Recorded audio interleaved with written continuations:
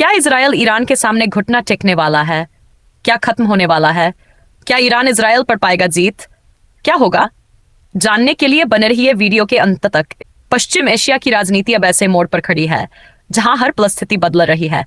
हाल ही की घटनाओं ने यह साफ कर दिया है कि अब ये केवल धमकियों तक सीमित नहीं रह गया है। कई खुफिया रिपोर्टों और सुरक्षा की ताजा चेतावनियों के अनुसार दोनों देशों के बीच सैन्य कार्रवाई की आशंका लगातार गहराती जा रही है। ईरान की ओर से कहा जा रहा है कि इजरायल ने बार बार क्षेत्रीय शांति भंग करने की कोशिश की है।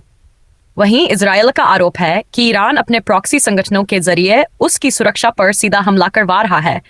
लेबनान में हिजबुल्लाह की सक्रियता और यमन से हौथी विद्रोहियों की मिसाइलों ने तनाव को और उग्र बना दिया है।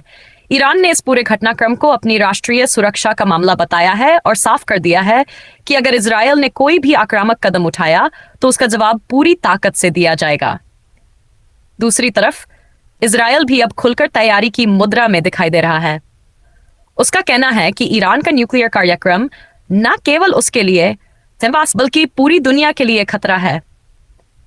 इजरायल के प्रधानमंत्री ने सुरक्षा परिषद की बैठक में यह स्पष्ट किया कि उनका देश किसी भी सूरत में ईरान को परमाणु हथियार बनाने की इजाजत नहीं देगा।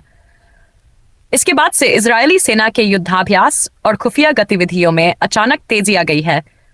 ईरान के पास अब रूस और चीन जैसे देशों का परोक्ष समर्थन दिख रहा है, जिन्होंने हाल ही में पश्चिमी देशों के खिलाफ कड़े बयान दिए हैं। वहीं अमेरिका अब भी इजरायल के साथ खड़ा है, लेकिन वह खुलकर युद्ध की तरफ बढ़ने के मूड में नहीं दिख रहा।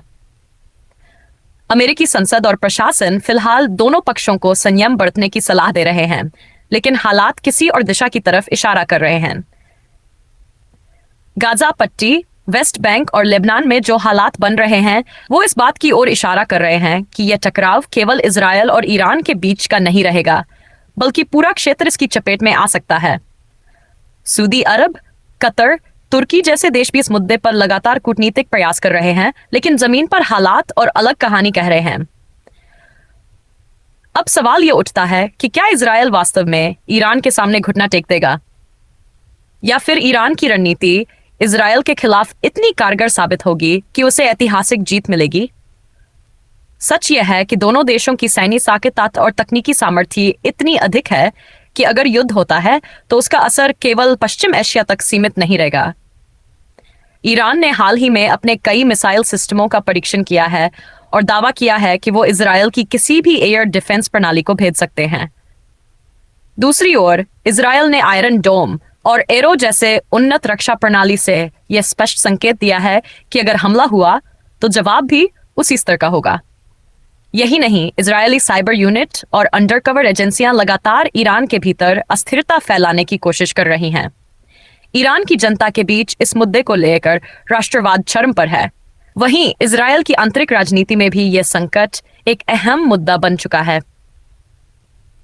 दोनों देशों की मीडिया और सोशल मीडिया प्लेटफॉर्म पर युद्ध को लेकर